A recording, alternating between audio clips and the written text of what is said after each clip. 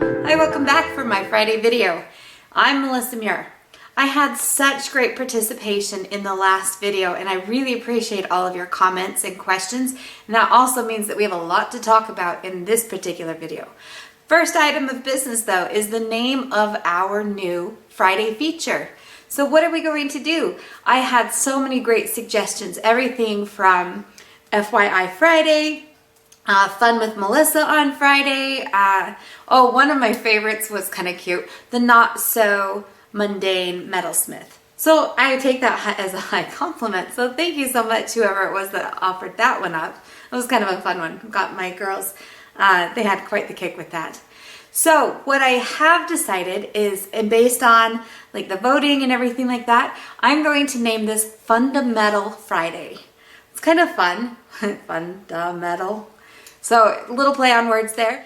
So the second item of business that we need to talk about now are all the different questions that came up from the last video, where I talked a little bit about Gwen Youngblood's Riveting Essentials Kit, which I will be giving away in just a few minutes.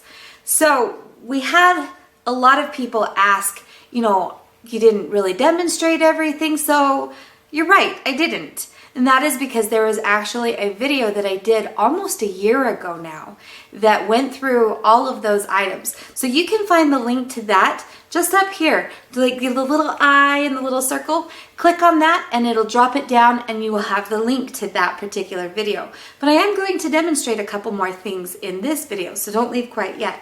So the first thing I want to do is let's answer a few of the different questions that came into this. Number one, the main comment is everybody said, you make this look so easy.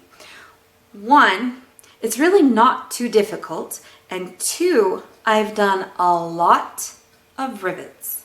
Hundreds, if not thousands of rivets. So as you do more of them, it is going to become easier. Now that's not to say that I have rivets that turn out beautifully every time. I was actually quite surprised at how beautiful the last rivet turned out. But it does happen occasionally, and I love it when it happens on film.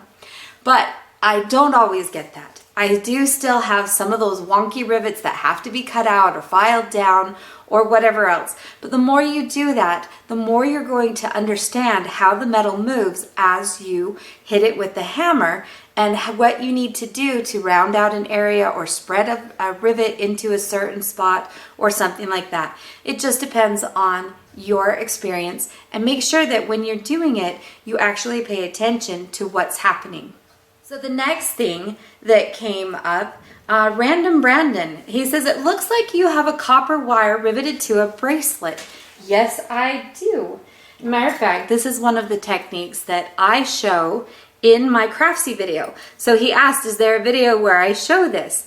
Yes, there is. And so I have linked put in down here in the description, the link to that Craftsy video, and it's a sale one. So I give you 50% off to any of my subscribers. So that's actually the half off link. So I think it makes the class like $15 for 2 hours with me. So fun. The video it's called Making the Most of Your Hydraulic Press. However, I do so many different things and techniques that apply in so many different areas. So even if you don't have a hydraulic press, no worries, you can still do it because I actually cover quite a bit of riveting. One is riveting on a formed bracelet similar to this, making the wire and everything. And then I also show riveting with a rounded bead on a wire as well. But I'm also going to demonstrate that here really quickly.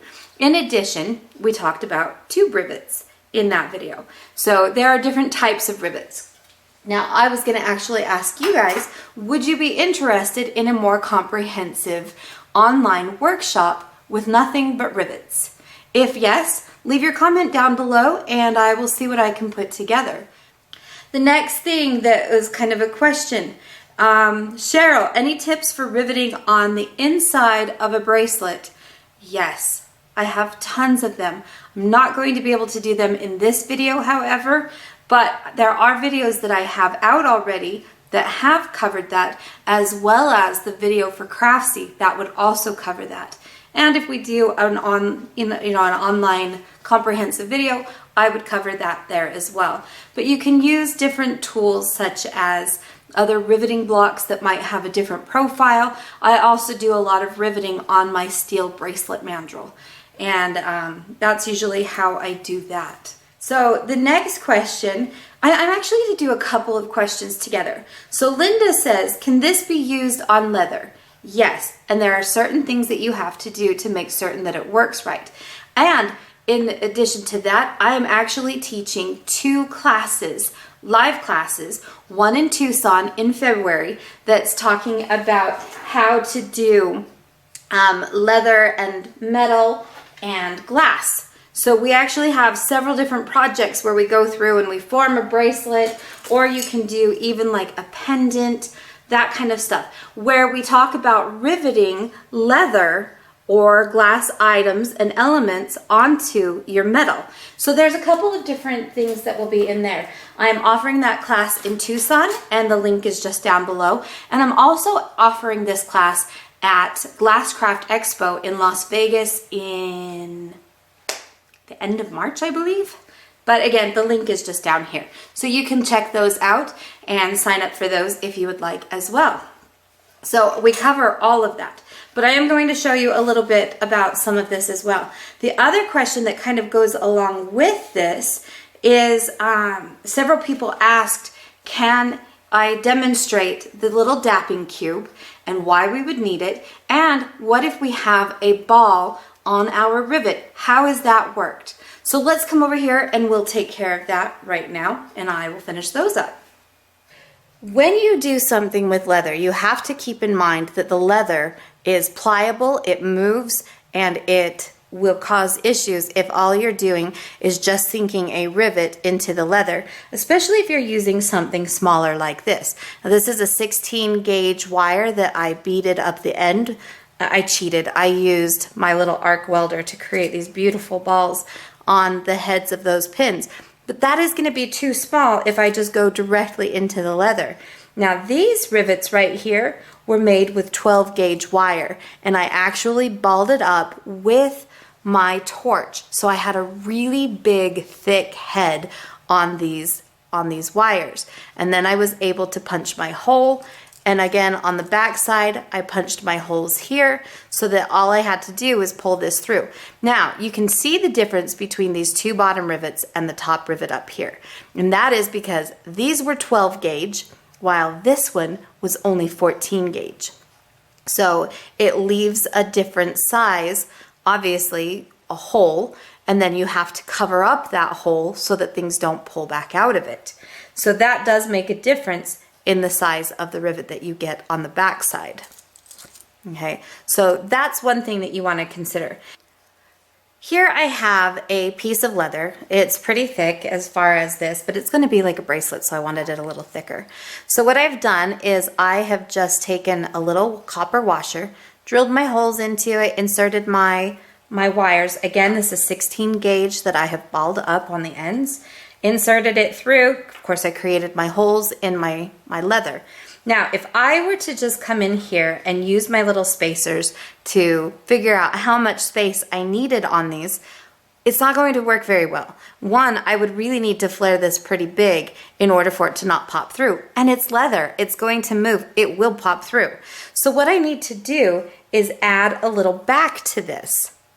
So what I've done is I've just cut out, use my little disc cutter, cut out a little disc, and then again I drilled a hole into this, and then I now can use this to create basically a stopper, because that's so big, that little disc, that it's not going to pull through, and it also gives me a really nice surface to spread that rivet onto. Now, in addition to that, because I have these rounded heads on here, I don't want to just do it here on my bench block.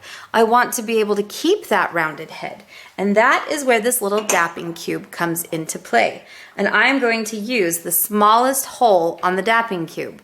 So that's really the only one I ever really use even. The rest of them are just kind of fun. I can make small discs or whatever I need to do. Or if I need to support another cupped item, then I have other sizes as well. So now that I've got my cube, what I'm going to do is I'm just going to take the little ball that's on that, and I'm going to place it right inside of that little divot for our dapping block, that little hemisphere. And now I need to pick which spacer, and this answers the next question. Which spacer do I use? Well, the spacers, I have some that are labeled 16, 18, and 14. Well, I am using a 16 gauge wire, and the spacers are meant to go with the gauge of wire that you are using. And what that does is it makes certain that you are left with enough material with a 16 gauge wire to cover a 16 gauge hole and keep that into position. So that's what the gauges are, and that's how you use those. If I were using a 14 gauge wire, I would use the 14. But what if I'm using a 12 gauge wire? Well, then what I do is I start to play around a little bit. I might take the 14 and the 18 and stack them on top of each other just to give me a little bit of extra height, and then I'll use that as my spacer. So you can kind of play around with that a little bit more. But again, 14, 18, and 16 are usually my go-to rivets. So what I do is I'm just going to place that on here, make certain that I'm actually in that little divot or that little cube down there, and that is going to ensure that it is supported well enough on the bottom and we get the proper height here. Now is I'm going to use my cutters, and again just place it right on top of this spacer. I'm going to cut that away, and again I'm left with just a small amount. There's not a whole lot sticking up there, and I don't need much, just enough to flare that out. Next, I'm just going to again take my little hammer that I use, and I'm going to kind of hold this little spacer or the little washer down, and I'm just going to tap on the end of this.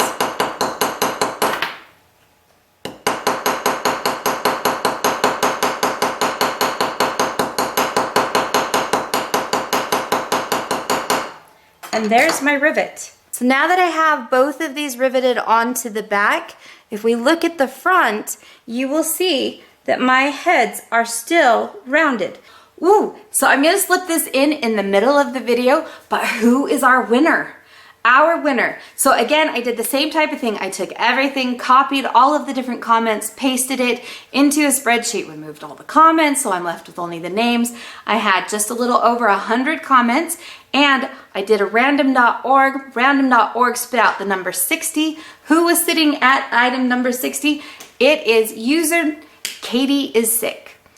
Well, I hope Katie is feeling better, and hopefully, Katie, you will feel much better knowing now that you won Gwen Youngblood's Riveting Essentials. So what you need to do now is drop me a line, either send me an email. My email is just down here in the description of the video, but you need to get in touch with me so that I can get this kit sent off to you. Congratulations, Katie, and like I said, I hope you're feeling better. Another question I have is about the hammers. You know, which hammer do I use? Why did I use the hammer that I use? What was that one called that I used in that video? Why do I prefer that over something else? So let's go take a look at the hammers right now and see how they work and why I chose one over the other. Or if you have something else, will that work as well? When it comes to doing rivets, really my go-to is this little hammer here. Now this is technically called a small goldsmith hammer with rounded heads. And I do have these out on my website. I think I have got about 12 to 15 of them in stock as of the recording of this video today. So I always try to keep these in stock. Once I get low, I order more because it is such a useful hammer for me. And I go through and I polish up the ends on my hammers just so that that nice polished surface will transfer to whatever it is that I'm flaring the rivets with. Now you've seen me use this one. The other two that I will use often, so this is a frets hammer. It's a small riveting hammer. So on one end we have kind of this little pinched edge, which is called a cross peen. And on the other we have a rounded square face. Okay, and again, that rounded face, and especially where it's small, is going to enable me to really round out the heads of those rivets nice and beautifully. But you can also use this edge here. And what you would do is if we've got a circle here, okay, you would take that cross peen and you would hammer in the middle. Now what's going to happen is it's going to make that rivet kind of go oblong, but we want it to be round. So what you would do is once you've got this oblong, then you would turn your piece and you would do it again and that's going to help round that out. So you would go one direction, and then you would turn either your piece or your hammer, and you would hammer in the other direction. And again, that's going to allow you to round out. And what's happening is the metal is kind of going, it's flaring on either side of that pinched edge. That's why when we do it with a round head, because it's got that nice broad surface, it automatically just kind of rounds out rather than being directional. So I also use a square-faced riveting hammer. This one is much larger. So if I'm working with a larger rivet head, say my 12 gauge or even sometimes my 14, I may actually use this. But again, my go-to is this because it's small and I can get into nice tight little spots if I need to with either end. And that's just the one I like. It's a nice inexpensive hammer. They're like 12 bucks with shipping. So it's not even that expensive. So this is a great little hammer to have, but these three are my go-tos. Why do I choose one over the other? Again, it just depends on the feel of the piece. Elizabeth asks, is this going to be available in Australia? Elizabeth, I would be happy to send one to you in Australia. So give me an email and we can work out the different shipping particulars and what would need to be done for that, because shipping costs a little bit more to get to Australia. But just give me a call or send me an email or something and we can figure that out, because definitely it's a great tool and it should be in Australia. Elise asks, which gauge should I use? How do I decide? And that question actually came up a couple of times. So which gauge do you use? Well, I don't use anything under 20 gauge for sure. It's just not strong enough. And how do I determine which one I actually need? It really kind of depends on a couple of things. One, what am I attaching together? How thick is my stack? Two, how big is my piece? Okay, so that's, I'm looking for the aesthetic aspect of that, because obviously we need to have it large enough and sturdy and strong enough that if we are creating something, it needs to hold it together. But I also don't want my rivets to be so big if I'm just working with just a small, tiny piece. Really, when it comes down to it, you just need enough metal to flare to make it larger than the hole that it goes through. However, you also have to realize that sometimes there's other forces at play and you don't want that rivet head to pop off, especially if it's just like a beaded wire type of thing, like a head pin or something like that. You don't want that to pop off if there's a little bit of too much force or something like that. Or you also don't want it to kind of taper back in on itself and pull through. So one, you need to make your rivet head big enough, but it also needs to be thick and strong enough that it's not going to be pliable and be able to kind of, funnel on itself and come back down. So good question. My main rivets that I use are 18, 16, 14, and every now and then I might do a 12 gauge, but that's kind of rare. Okay, so one of you guys told me that you did an Eiffel Tower with hundreds of rivets. I want to see pictures because that would be so cool. And if you do hundreds of rivets, I am sure by the end of it, you will be very, very good at riveting. Several people asked me, where do you get the flower rivets? Good question.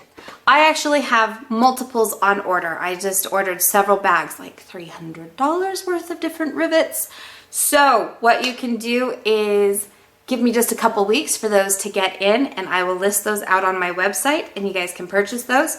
Or you can always check with some of your local bead shops or any of those places as well. Next question is, where can we get the Riveting Essentials Kit? So I actually created a link for the Amazon store, but I have several of them coming into my store as well. With any luck, they will be here by the end of, oh no they won't because it's Thanksgiving. So the week after, I will have them the week after. However, you can actually purchase or order them now out on my website. And again, the link is just down below.